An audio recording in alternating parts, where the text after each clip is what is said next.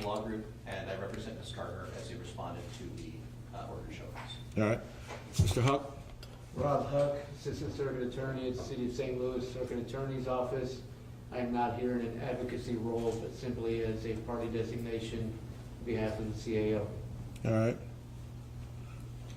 Mr. Desilets? Judge Christopher Desilets, Assistant Circuit Attorney for cause number 2122CR00600. All right. The court issued a notice and a show cause order on April 24th to Kim Gardner, Circuit Attorney, and her designated Assistant Circuit Attorney for indirect criminal contempt. Acts which constitute criminal contempt are set out in Section 476.01 RSMO. Subsection 3 is relevant for today's hearing. Every court of record shall have the power to punish, as for criminal contempt, persons guilty of willful disobedience of any process or order lawfully issued or made by it. In addition to the grounds set out in the statute, other acts may be punished under the court's inherent power where such acts threaten the integrity, power, or dignity of the court. The question before the court is whether the actions of Kim Gardner and Chris Desilets amount to disdain and disrespect for the court. The court will proceed with questions in order to make that finding. Mr. Downey, who do you represent? Ms. Gardner, Your Honor. All right. Do you represent her personally or the office? I represent her personally. All right. Where is your client? She is not here today. She was asked to either appear or come with a designated Assistant Circuit Attorney, and Mr. Huck was the person she is designated. All right. I do not see her present in the courtroom. Is she in the office, in the building? Do you know? I do not know. All right. When's the last time you spoke to your client? I believe yesterday. Was she aware of the hearing? Yes. All right. Is her designee present? Yes, Your Honor. That's Mr. Huck? Yes, sir. All right. Do you represent, Mr. Downey, do you represent Mr. Huck? I do not. Do you represent Mr. Desilets? I do not. All right. Mr. Huck? Yes, sir. All right. Where do you work? Stay seated. Where do you work? City of St. Louis Circuit Attorney's Office, Your Honor. All right. And who do you work for? City of St. Louis, Your Honor. All right. So is Miss Gardner your boss? She is, Your Honor. All right. Would it be fair to say she's the captain of the ship? I would say that, Your Honor. All right. And what is your current job title? I'm an Assistant Circuit Attorney. I work as a General Felonies Team Leader for the General Felonies Trial Unit. All right. How long have you been the team leader? General Felonies, I would say since October of 2022, Your Honor. All right. Does Mr. Desilets work for or report to you? He does not, Your Honor. Who does he work for or report to, if you know? I don't think there's a team leader in Mr. Desilets' unit. As far as, I believe he would report to the same people that I do, Your Honor. Okay. So you're Mrs. Gardner's designee for today? Yes, sir. All right. When did you learn you were going to be her designee? Within the last few days, Your Honor. I Okay. don't remember exactly. All right. When's the last time you spoke to your boss? Within the last few days. All right. So she was aware of the hearing? I believe so, Your Honor, of course. All right. Did she give you any guidance or instruction as her designee? Just that I was to be present, Your Honor. That's all I'm aware of. All right. So what did you do to prepare for today's hearing? I read through the court's order in regards to this matter, as well as the order regarding media pertaining to this matter. Okay. Do you know how many cases are assigned to you? At the moment, I do not, Your Honor. All right. The court was informed that you have 397 felonies and 301 misdemeanors. Does that sound about right? For me personally, Your Honor, Yep. I would take that to be correct. However, I would clarify to the court that many of those cases were issued under my name pursuant to procedure for when the office is issuing cases. Okay. And therefore that many of them were not intended to remain with me, but instead would be transferred to other ACAs. All right. I understand. Do you know how many cases are assigned to Mr. Desilets? I do not, Your Honor. Would you be surprised if I informed you that he has 104 felonies? I would not, Your Honor. All right. Do you know how many murder cases he has? I do not, Your Honor. Do you know how many violent crimes he has? No, sir. All right, can you tell me anything about Mr. Desilets' workload? Beyond what you've just described to me, Your Honor, I cannot. All right, so you're here as Ms. Gardner's designee, but you can't tell me anything about Mr. Desilets. That's correct, sir. All right. So when were you made aware of cause number 2122 CR 00600-1? Within the last week, Your Honor. All right. How were you made aware of it? When I was informed that there was a show cause order in this matter. All right. So is it fair to say prior to April 10th, you had zero knowledge of this case? More or less, Your Honor. Okay. So have you, hold on. My clerk's gonna hand you some exhibits. Have you read the indictment? It's Exhibit C. No, sir. Thank you. Your Honor, if it doesn't matter, I have read the indictment. Okay. All right. Mr. Hawk, Yes, sir. have you read the probable cause statement, Exhibit H? No, sir. All right. All right. Are you aware that count 1 involves an 11-year-old victim?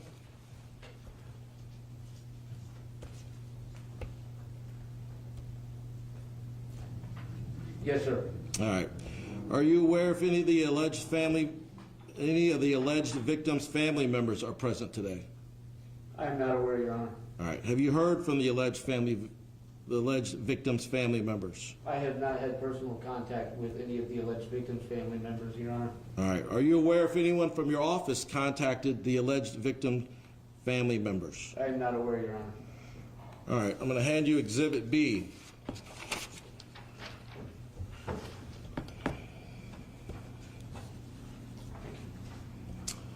Are you aware that the victims invoked their rights on June 25th, 2021, specifically stating, as a victim of crime, I request to be present and to be informed in a timely manner of court dates and continuances? As per this document, yes, sir. All right. But you don't know if that happened in this case? I cannot speak to that, Your Honor. I do not know. All right. You're not in charge of victim services, are you? No, sir. All right. Do you know who is? I believe right now Malika Poindexter is managing Victim Services Unit. All right. Are you personally aware of the alleged behavior of Mr. Desilets regarding the jury trial on April 10th? Only what I have read in Your Honor's order, as well as in speaking to Mr. Desilets. All right. So when were you made aware? Only within the last few days, Your Honor.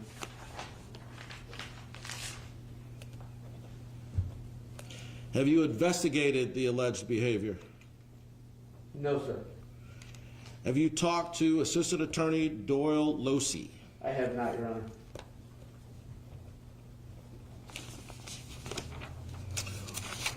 What actions were taken by your office regarding the alleged behavior? I don't know, Your Honor.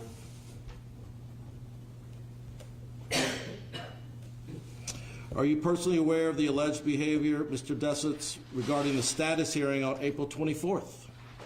Only what was described to me, sir. And is this the same thing a few days ago? Yeah, within the last few days, Your Honor. All right. Have you investigated that behavior, alleged behavior? I have not, sir. And so I'm guessing you haven't taken any actions regarding that alleged behavior as well? That's correct, Your Honor. All right. All right, Mr. Desilets, I got some questions for you. Yes, sir. All right. You entered on cause number 2122 CR 0060-1 on June 21st, correct? Here's Exhibit A, just to verify. I believe so, Your Honor. Thank you.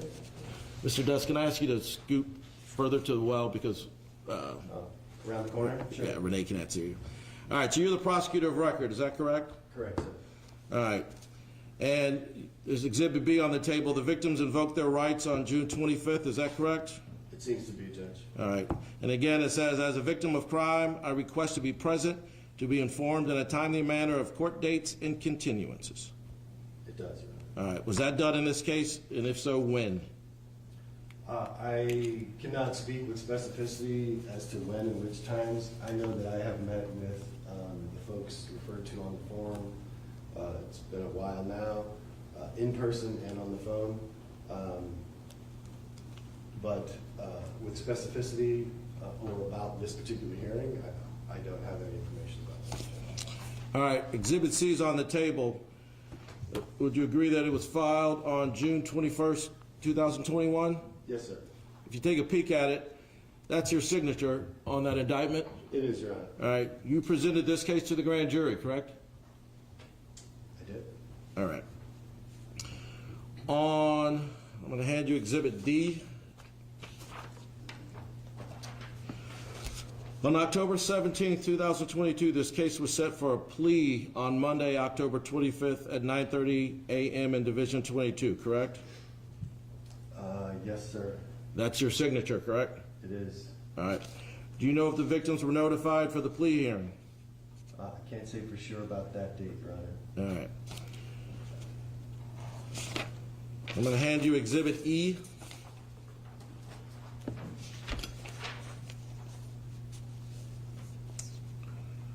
All right. On October 25th, 2022, this case was set for a jury trial on Monday, April 10th, 2023 at 9 a.m. in Division 22. Is that correct? That's correct, Your Honor. All right. Were the victims notified of that trial date? Judge, I can't answer that. I expect that they were, if we had that much time for a trial notice, but I did not talk to them. All right. And you knew you had to appear for jury trial in Division 22 on Monday, April 10th at 9 a.m., correct? Yes, it's been docketed. All right. Yes. Where were you April 10th at 9 a.m.?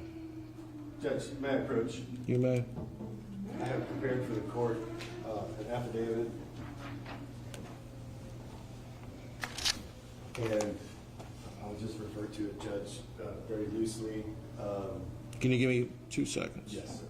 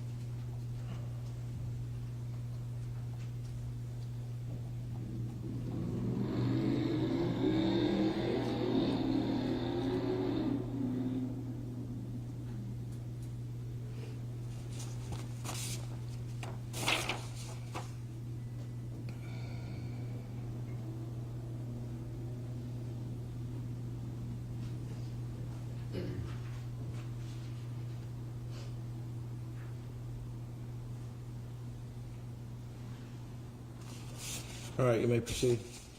Judge, in furtherance of what's in the affidavit, on the 10th, I was home trying to get medical treatment for a re-injured knee. Spoke with a colleague who was here, communicated that information, was told briefly that I needed to come back the 24th to reset. I arranged for treatment, came to work for part of that week, took additional time off. Tried a case in the meantime on Monday the 24th, showed up to Division 10 on the trial docket, dealt with that. Was at the same time, failed to email this division first to let them know I would be prioritized over there.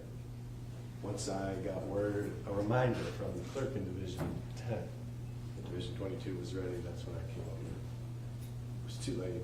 Things were reset for Thursday. Here we are. All right. So, again, where were you at 9 a.m.? On April 10th. at home. So where were you at 9:39 on April 10th? Same place. All right. Does Doyle Losey, is he assistant circuit attorney that works with you? Mr. Doyle Loge works in the Circuit Attorney's office. We are not assigned to the same unit. Okay. All right. I'm going to hand you Exhibit G. And I want to draw your attention to line 12.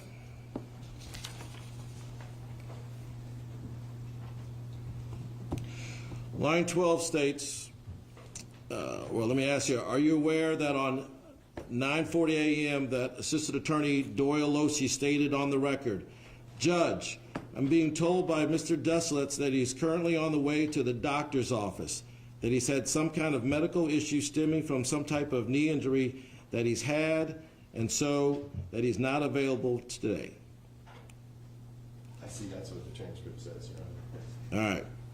Let me pause for a second. Mr. Huck, are you aware of any medical issues disclosed by Mr. Doyle Losey in open court regarding Mr. Desilets? Only in reading the pleading, I believe, Your Honor. Have you seen any documentation? Oh, no, I have not.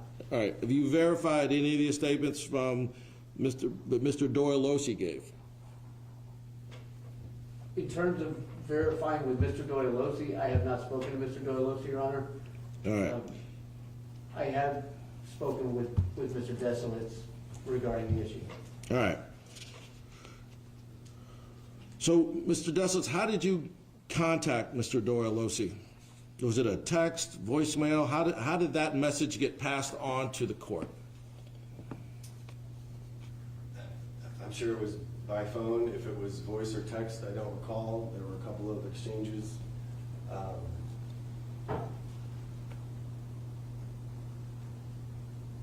I'm going to guess text. He was in court. So. Okay. So did you and Mr. Doyle Losey communicate about what was said to me or what my response was? I mean, did you follow up with him and say, did you pass that on? What did he say? No, as stated previously, the response I received from my colleague was that I was to come in on the 24th to revisit and have my out-of-time motion filed and pick a new trial date. Did he express any of my concerns regarding your medical issue? Not that I recall. All right. Did you check CaseNet to see if the case had been continued or dismissed, if anything had been filed? Eventually, I did. I was from outside the court at 10-something, emailed the clerk, was told the new date. I didn't check CaseNet until someone delivered the court's order to me later in the day. So I'm going to hand you Exhibit F.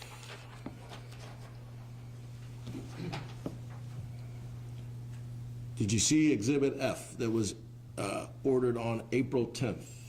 I did not. I saw a couple of other orders, but not that one, Judge. So on the day of event in question, you didn't see what the court's order was regarding those events? I saw several of the court's orders, not that one. All right, I'm going to turn your attention to April 24th, which is on Exhibit F. Is that correct? Yes. All right. Where were you at 9:30 at April 24th? With Judge Rex Burleson in Division 10 of the Civil Courts Building of this circuit. All right, so you're saying at 9:30 you went to Division 10? I was there before 9:30. Yes, at 9:30 I was in Division 10 on multiple matters with Judge Burleson. All right, so is it fair to say that you made a conscious decision to go to Division 10 instead of Division 22? That's how I got there, Judge. All right. Yes. So what time did you I saw in your affidavit that you said you came and the door was closed. What time was that? Minutes after 10. Not sure how many. Did you notify the court prior to 9:30 of your inability to attend? As stated previously, Judge, I neglected to do that. Okay. Now, Mr. Desilets, we've been working together for a long time. We have. All right. This isn't the first time you've been late to Division 22. Is that fair to say? It's fair to say that every lawyer is late to a division every day unless he's unemployed. All right, I want you to say that again. Every lawyer is late to a division every day unless he's unemployed. Would you like to qualify that? When you say every lawyer, are you referring to the entire Missouri bar, or are you referring, can you narrow that down? Sure. It's just sort of a turn of phrase to acknowledge that every division in the circuit and in other circuits will set things at 9 o'clock, maybe 9:30. Some judges stagger. Almost everyone has more than one piece of business in a busy circuit. And so with the inability to be two places at once, we are in one place on time and the rest were not. My foul here, I beg the court's pardon, is not that I was late, but that I failed to let you know ahead of time, and that's the problem. So it's fair to say, in the past, when you've been late, the court has been, it's fair to say we've made numerous accommodations in the past. Is that fair to say? I would say, like every division, there are accommodations made every day for all of us practitioners, understanding we are in more than one place at a time, and this division makes those accommodations as well, yes. Routinely. Routinely. So can you tell me why you wouldn't have called and informed the court of the conflicts in this particular case? Do you have any justification for not doing so? Justification, not sure. That's a strong word, and I'm not playing a game with you, Judge. I have an explanation for you. I will say that since January of 2000, I've been appearing in divisions in the 22nd Circuit. Not every time when I'm going to be rolling into a division after the docket starts do I notify the division. Because as common practice has taught me, and the culture of this circuit, there is an element of understanding. And even a judge tapping his foot might display some patience as the docket goes on, knowing that lots of people have to be other places. So that even without an initial notification or a filing, sometimes I show up late like others. And the accommodation is so gracious that there's no trouble, right? In this case, I went to the docket that had, I guess, been prioritized as far as I can tell by the court. These were trial settings. So I went to the trial division first with the intention of taking a break to come over to do the housekeeping docket and then go back to the trial division. So it's really not an unusual situation. It's like, I would say, every other Monday since January 2000 when I first started practicing down here.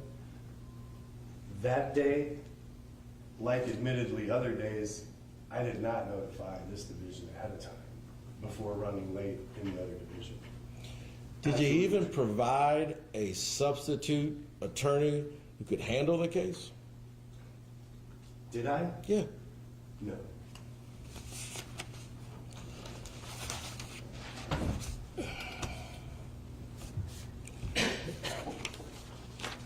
All right, any further statements by Mr.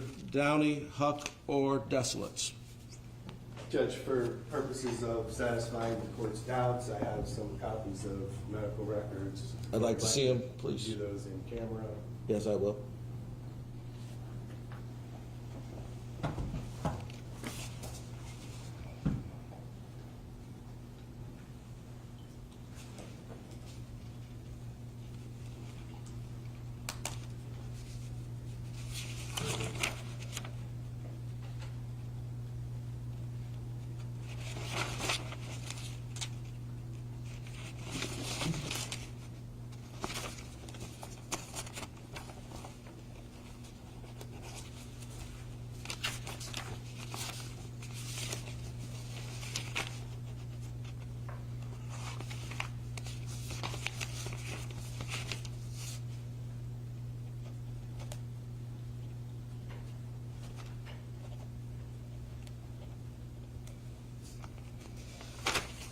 All right, if there's nothing else from the parties, If it please the court, I have nothing further, Your Honor. Mr. Downey?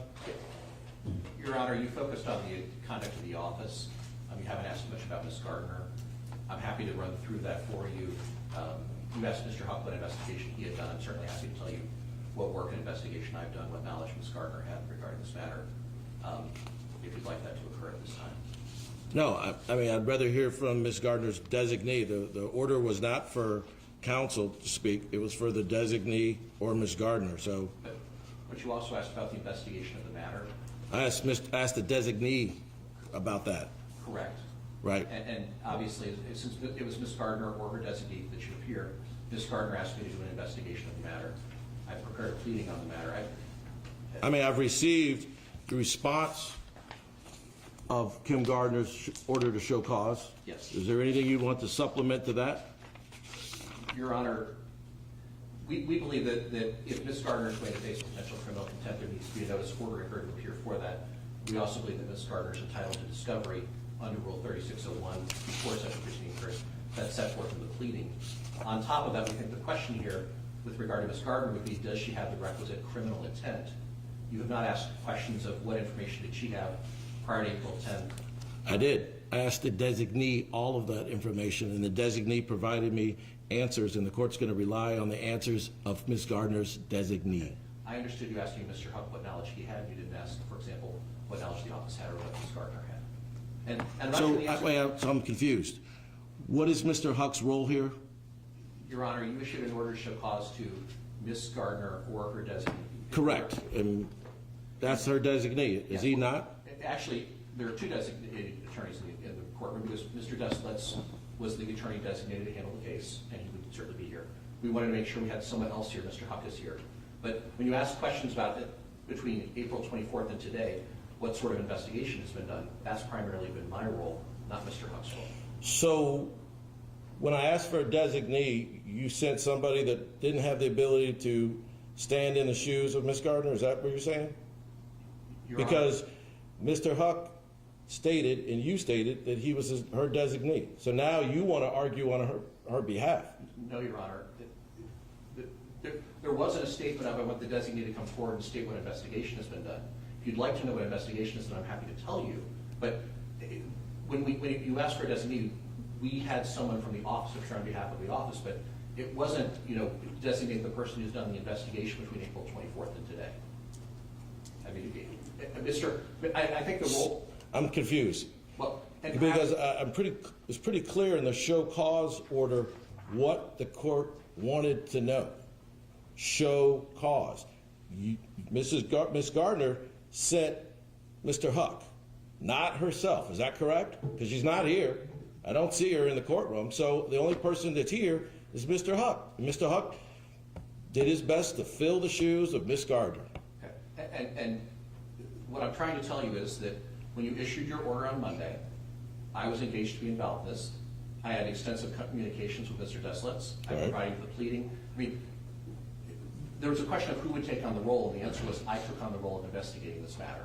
I asked Mr. Huck if he investigated the matter. I didn't ask him who investigated the matter. I asked him if he did. Correct. But your order requesting a designee did not say, I want you to have the person appear who investigates this matter. I'm simply letting you know that the inquiry to this point has not gotten involved in the information of what the office has done.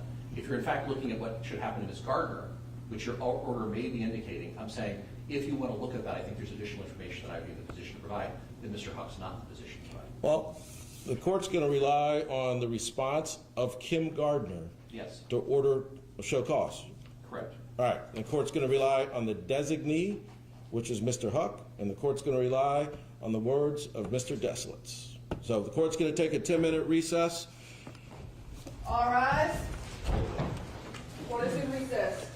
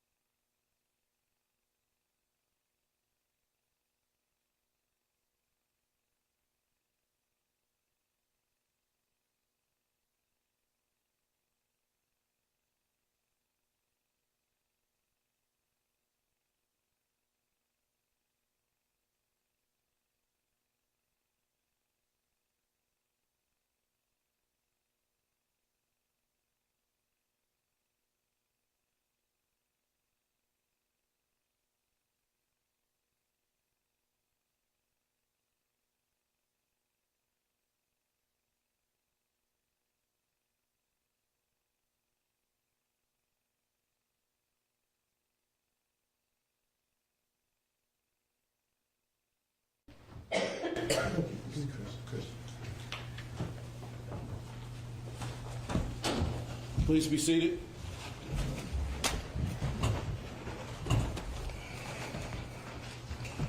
You ready?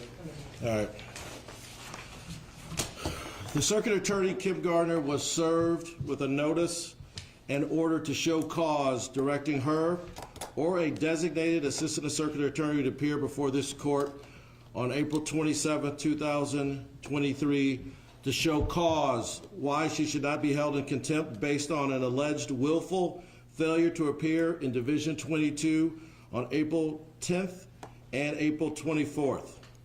Ms. Gardner did not appear.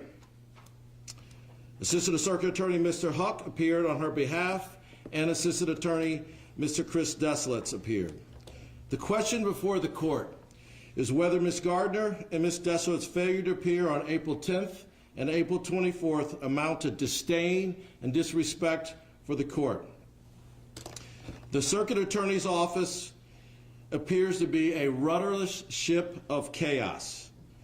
Ms. Gardner is the Circuit Attorney, and it is her duty to manage the caseload of each staff member.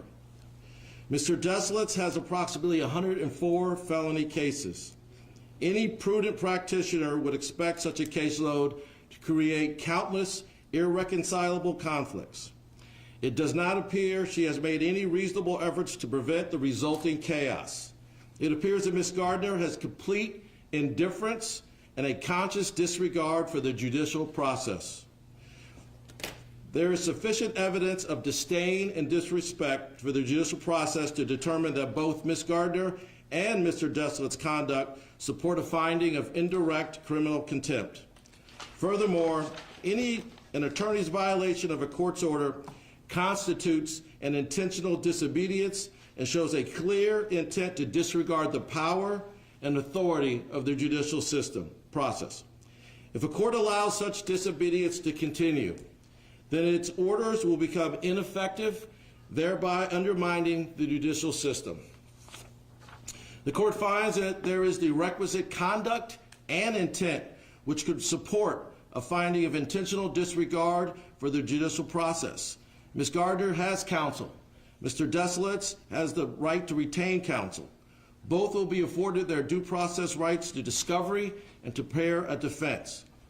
The procedure for indirect criminal contempt is governed by Rule 36.01b. Pursuant to that rule, this court will appoint a special prosecutor for this matter. The court will allow reasonable time for the preparation of defense. Accordingly, the court sets the matter for a hearing on Tuesday, May 30th, 2023 at 9:30 a.m. This concludes the matter on the record. We're in 10-minute recess to resume the rest of the docket. All rise. Court is in recess.